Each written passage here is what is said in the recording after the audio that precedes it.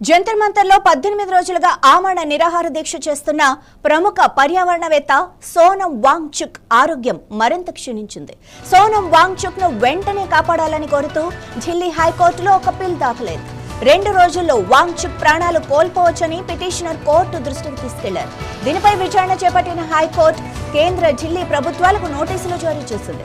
పిటిషన్లో లేవనెత్తిన అంశాలపై స్పందన తెలియజేయాలని ఆదేశించింది. విచారణను గురువారానికి వాయిదా వేసింది.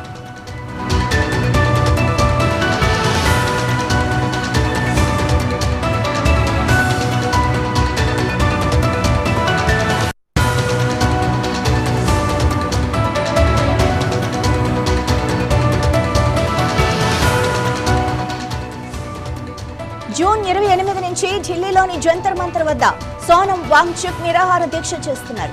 నీట్ పరీక్షలో జరిగిన అవకతవకలకు నిరసనగా కేంద్ర విద్యాశాఖ మంత్రి ధర్మేంద్ర ప్రధాన్ రాజీనామా చేయాలని ఆయన డిమాండ్ చేస్తున్నారు.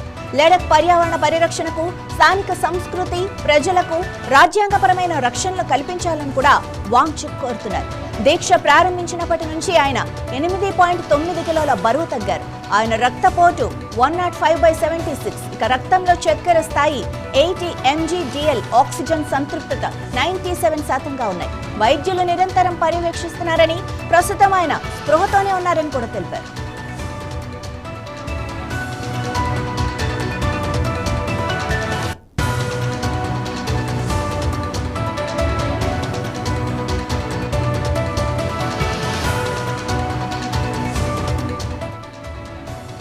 తన ఆరోగ్యం క్షీణిస్తోందని, కానీ మరి అంత దారుణంగా లేదని సోనం వాంగ్చుక్ అన్నారు.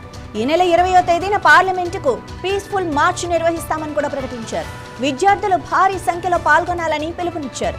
తనను దీక్ష విరమించాలని అడుగుతున్న వాళ్లు దానికి బదులుగా తనతో ఉద్యమంలో పాల్గొనాలని ఆయన ఓ వీడియోను ఎక్స్ లో పోస్ట్ చేశారు.